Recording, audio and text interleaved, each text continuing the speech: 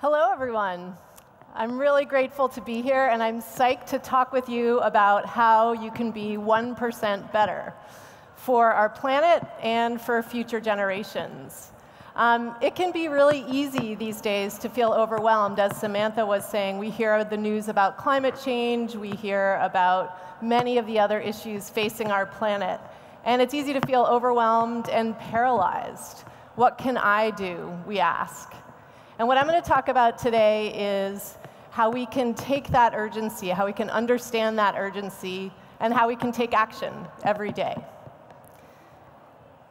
I'm going to first talk a little bit about myself, in part because that's the environment I'm a little more comfortable in than this environment. But I'd like to also just tell you about my story, about how I have brought my 1% to life. So I live in the United States on the East Coast. And when I was 18 years old, I spent 30 days in the mountains in Wyoming. And it was a really, really hard experience. It snowed pretty much every day. This was summer. It was not supposed to snow every day. It snowed every day. So we were traveling through deep snow very slowly. As a result of that, we missed one of our food resupplies. So we were hungry a lot of the time. And then to top it all off, one of our leaders broke his leg. And if you can all imagine this, this was in the days before cell phones, before satellite phones. So we had a pretty extensive evacuation. We had to send a runner team out about 20 miles, and they had to call in a helicopter. And I have a really distinct memory of standing on this snowy mountain pass. We had just stamped out a big pad for the helicopter to land on. The helicopter was dropping in. The sun was setting over the mountains. I was standing there. I was really exhausted. We had just carried our instructor up this mountain pass. We carried all our gear up this pass. We had basically been awake for 24 hours. I was hungry because we were short on food. My boots were wet. My feet were wet. They'd been wet for days. And I loved it. I felt as centered and elated as I have ever felt. And part of it was that we had been given real responsibility. We had had a real challenge, and we had dealt with it. Part of it was that we were in this incredibly beautiful and challenging place that we were connected to. Part of it was that we were in it together. We were a group that had together conquered this challenge in a beautiful place together, dealing with real consequences. And in that moment, as the helicopter was coming in, as the sun was setting over the mountains, I remember thinking, this is what I want to devote my life to. Now, at that moment, I didn't know exactly what this meant, but I have since spent my professional and personal life figuring out what this means. And it has come to mean for me, this is place, a commitment to place. This is people in place and figuring out how they can coexist in a harmonious way. And it's also about the value of connections together in a very real way. And essentially in my career, to sum it up in very short order, it's had two chapters. I was an outdoor educator for many years, focused on connecting people to wild places. And then more recently, so for quite a while now, I have been an environmental nonprofit leader focused on conserving those places. And about 5 years ago, this journey of figuring out what this means in my professional life brought me to 1% for the Planet. And 1% for the Planet is a global nonprofit that is focused on accelerating smart environmental giving. And in 2002, we were founded when Yvon Chouinard, who's the founder of Patagonia, and his friend Craig Mathews had a riverbank revelation.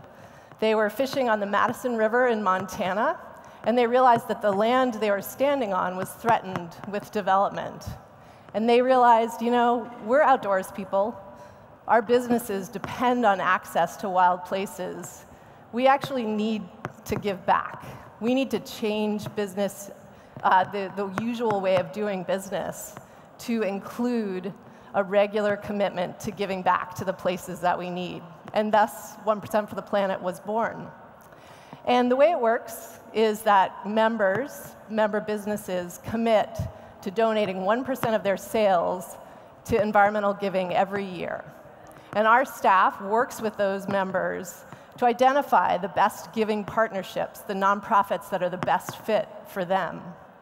And then each year, the member companies donate to those nonprofits, and we certify that giving. So it's a truly credible model with this annual certification and annual giving. And we've become a pretty extensive global brand in the last almost 20 years, 18 years. So we now are in 60 countries. We have members and nonprofits in 60 countries.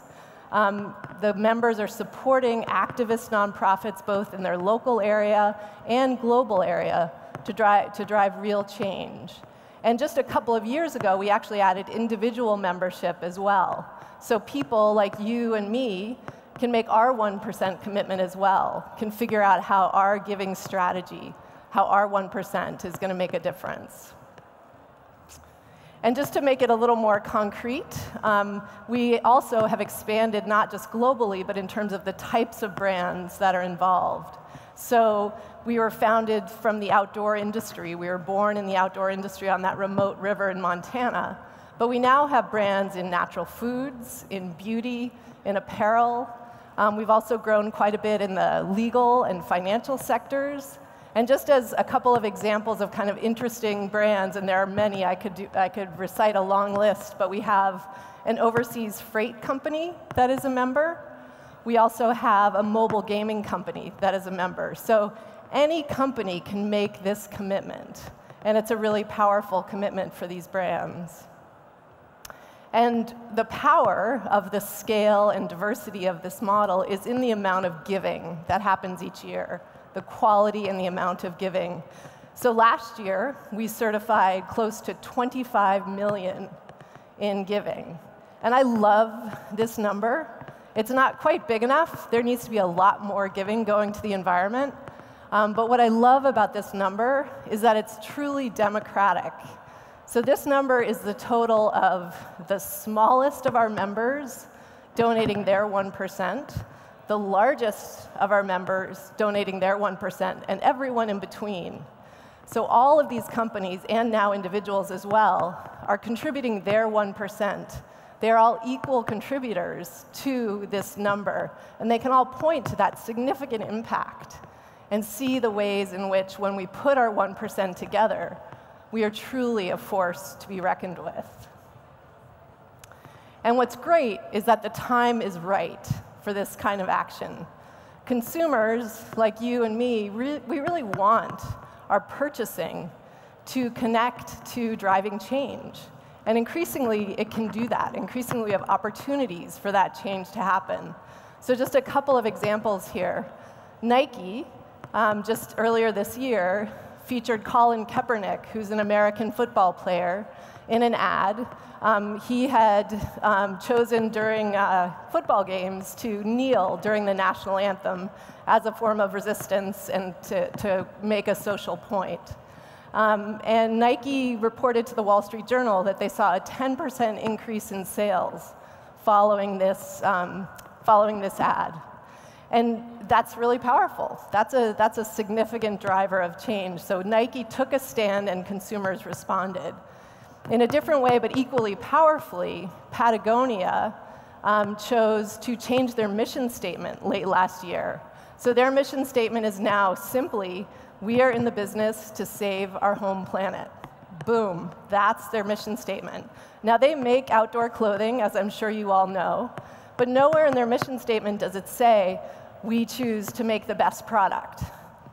They're not saying that anymore. That's going to happen in their drive to save the planet. The focus, the business is a vehicle for their focus on saving the planet. So my core message is that we can all choose to take a stand. We can all choose to be 1% better. And at one level, this can be a really simple, everyday act of shopping 1% better, of purchasing 1% better, of networking 1% better, of using our time 1% better, of figuring out our purpose 1% better. You can really think about it in that way. At a deeper level, 1%, being 1% better means that we choose not to be paralyzed anymore, that we recognize that we never have to be paralyzed, even when in the face of big issues. We can always take action. And so what I'm going to focus on for the next part of this is that as we each recognize our 1%, we see that our 1% is an expression of our story, and that our stories are the really powerful ways that we express our commitment to driving change. And it's important to remember, think back to when I started and was saying we can feel overwhelmed and led to ask that question, what can I do?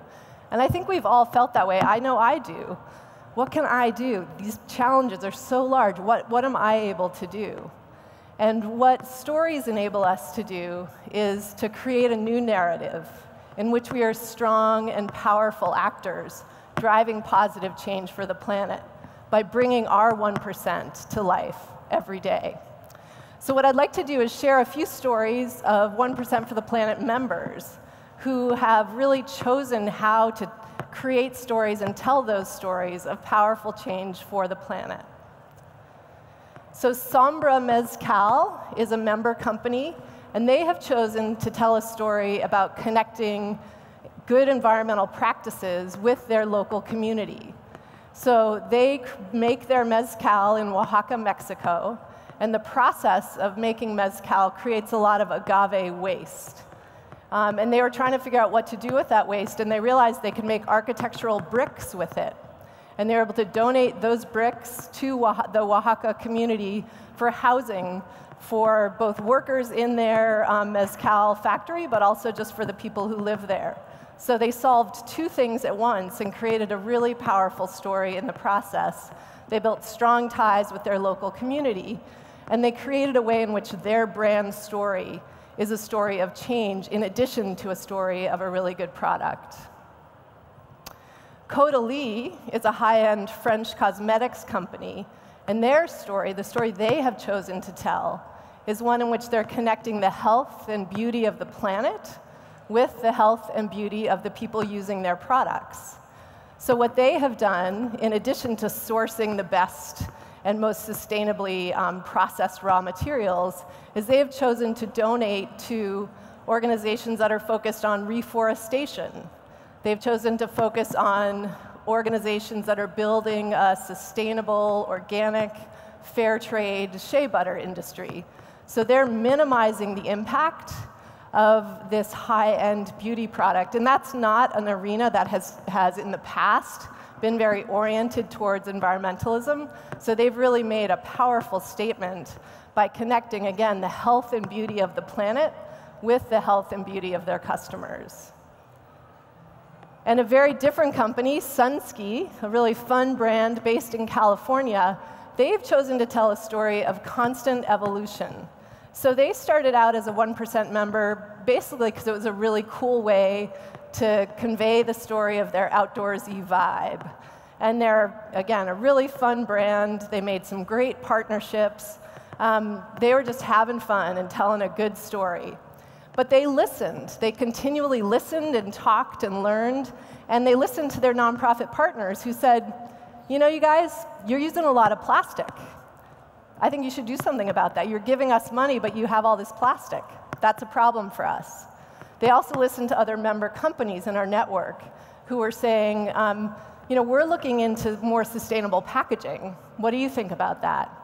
So this cool outdoorsy brand that thought it was kind of a hip thing to do to be part of 1% for the Planet is now, as of 2020, on track to have 100% recycled plastic frames for their sunglasses and zero plastic packaging. So their story is one of constant evolution and of telling a really powerful story of change. So creating our own stories is a craft. It takes commitment. It takes courage. It takes breaking the rules. It takes moving beyond hope and really committing to action. It's not always easy. It also takes really discerning what is our story. So I mentioned Caudalie, Sombra, and Sunski. They each thought carefully about what was their unique story. And when I stood on that snowy pass in Wyoming and had my moment of realizing that this is what I want to do in my life, I didn't know exactly what this meant, but I did know that I was grabbing hold of the thread of the story, of my story, of how I would connect what was important to me to change in the world. And I've since spent my life figuring out how that plays out, but it's a journey. But you do need to listen to what your story is. And at 1% for the Planet, that's our work. We connect with our businesses and our individual members, and we help them to figure out how their giving can be a really important way that they tell their stories, that they create and share their powerful stories of change. So, I'm inviting you to be bold, to create your stories, to figure out what is your 1%. How can you be 1% better? Samantha asked, does 1% sound like a big number or not? Sometimes it can sound like a small number. Sometimes when you actually do the math, it can feel like a big number. The point is that everyone has a 1%. And committing to that 1% every day, and committing to that being part of your story, that is the work. And that's not to say that it's easy. There are definitely obstacles that you encounter along the way. Some of those obstacles are just the vagaries of life. You get pushed off course, and you have to get yourself back on course, and that takes work. That takes commitment. Some of the challenges are in the form of critics cautioning you to be safe, cautioning you to do more, cautioning you to maybe rethink it. You need to listen to your own voice and figure out what action you want to take, what story you want to create. And some of the challenges are also in our own heads. Those voices in our own heads that tell us, maybe you're actually not quite good enough to create your own story. Maybe you're not quite good enough to address these challenges. So you have to be aware that those obstacles are there and surround yourself with a community. Find those friends, find those real connections that remind you that you are tenacious. Stay connected to those passions that refresh and energize you.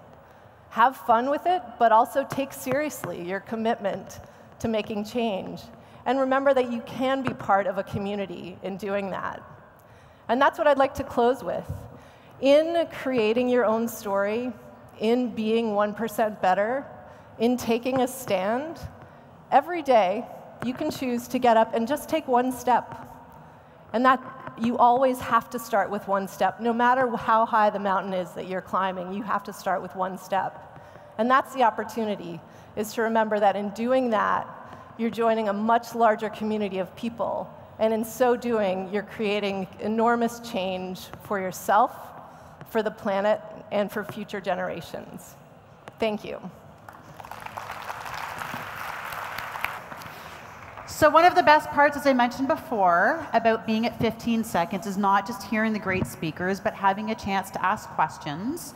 Once again, we do have some people with microphones running, so if you have any questions, just put up your hand and they'll bring a microphone to you. But also I wanted to mention, for those of you that are introverts and maybe don't feel comfortable about asking questions, we do have an app called Feedbacker.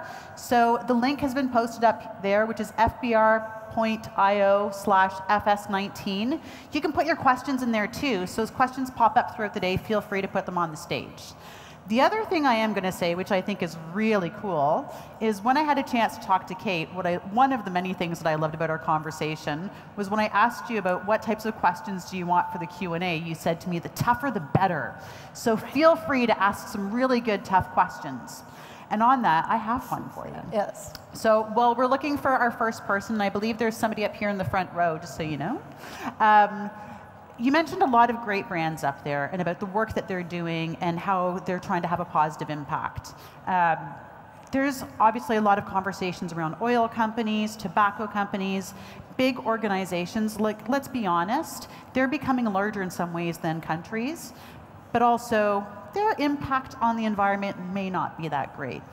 What are your thoughts on them being involved with 1%, and how do you approach that? Yeah, it's a great question. I love that question. So, just out of curiosity, how many of you in the audience are perfect? All right, excellent. We've got one.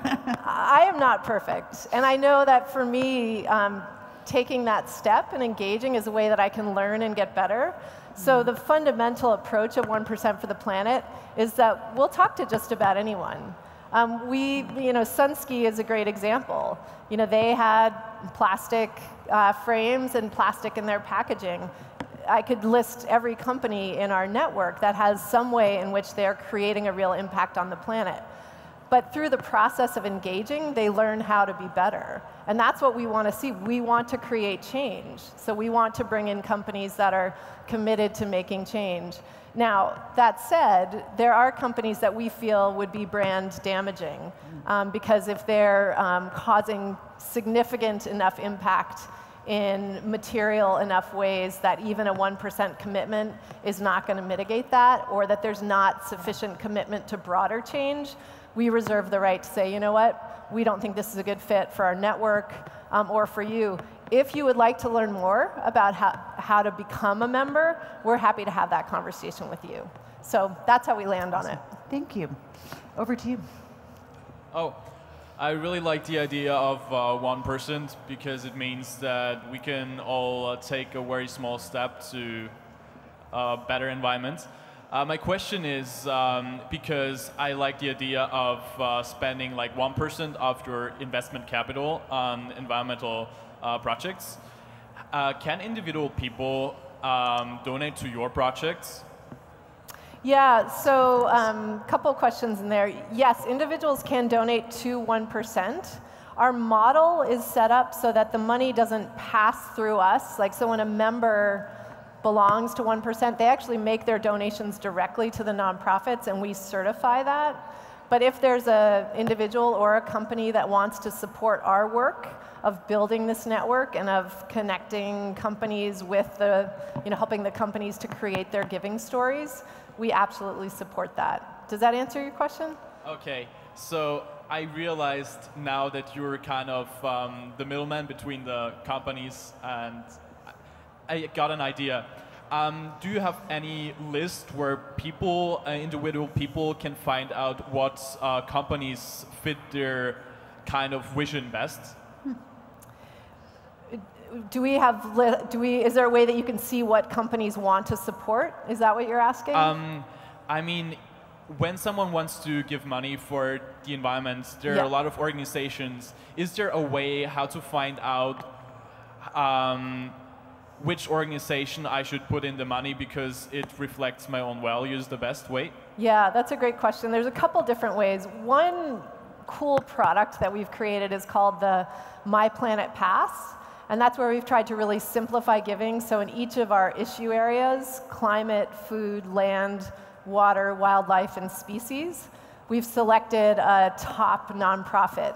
And you can make one donation and support all of those nonprofits. We handle splitting it out, and you would know which nonprofits, and you'd actually become a member of all of those nonprofits. So that's one option. We also have a directory on our website, and you can sort by location, by issue, by some other variables, so you can use that to choose. And then if you become a member of 1% for the Planet, we can help you to identify the nonprofits that you want to support.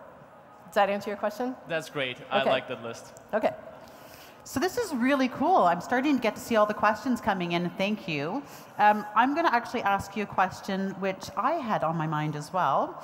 And it looks like we've got 3 votes on this one. Is how do you make sure that companies are not just in it for the greenwashing and branding, but really want to create climate change?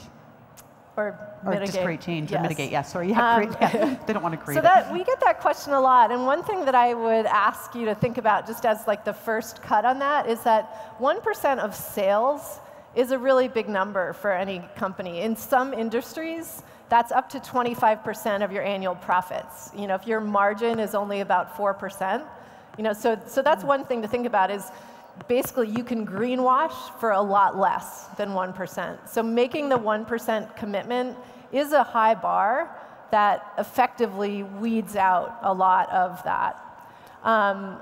The other way to think about that is that we engage very closely with our member companies. So we're talking with our member companies and we're ensuring that they're making, giving choices and committing to engaging in the network and telling a story. So the companies that join our network are so far from greenwashing because they really are seeking to learn to make a commitment beyond just, changing some of the language in their branding or things like that.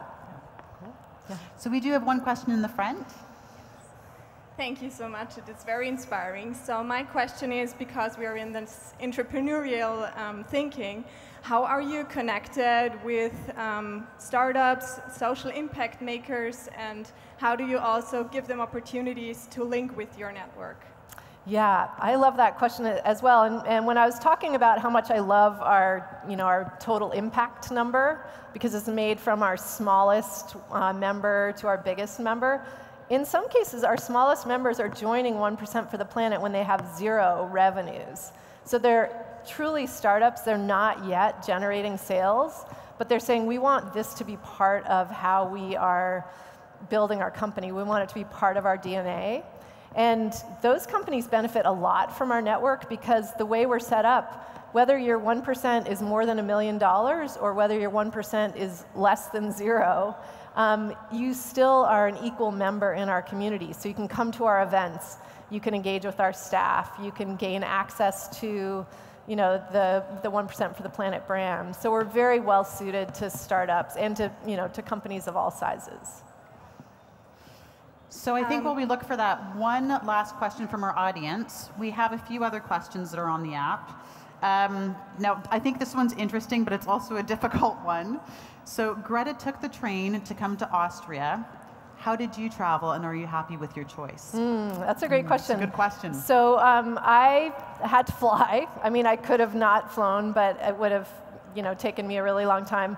We offset all of our travel, and I know that there are questions about offsets out there.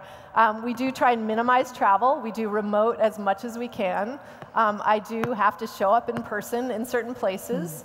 And we have researched and have in our network some of the strongest and most reliable offset partners so that we feel good about that. So our kind of a motto that we have, motto is too strong a word, but is try and mitigate or diminish the impact that we're going to have in the first place. But if we do have to create an impact, to offset that. So every year we offset the total of our staff's travel, and feel that we do the best job we can with that. That's amazing.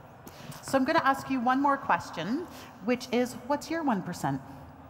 Oh, that is such a good question. So my 1% is, I am a 1% member, so I do donate 1% of my salary to environmental nonprofits that mean a lot to me. And one of them, the one that I support most beyond 1% for the Planet, is the organization that I had my this moment with when I was 18 years old and spent that month in the outdoors. So I've chosen to stay connected to that organization. And then I also have chosen to eat a vegan diet as a way to have the least amount of impact. That's a personal choice that I can make, that through my food choices I can have a minimal impact on the planet. Amazing. Thank you. So who here is now committed to taking away something that you can do to have an impact in your 1%? I know I am. I'm going to try to give back more to the community and volunteer, but also I like the perspective of how do you think about your diet and other ways that you can impact. It's incredible. Thanks, Kate. Thank you. Okay.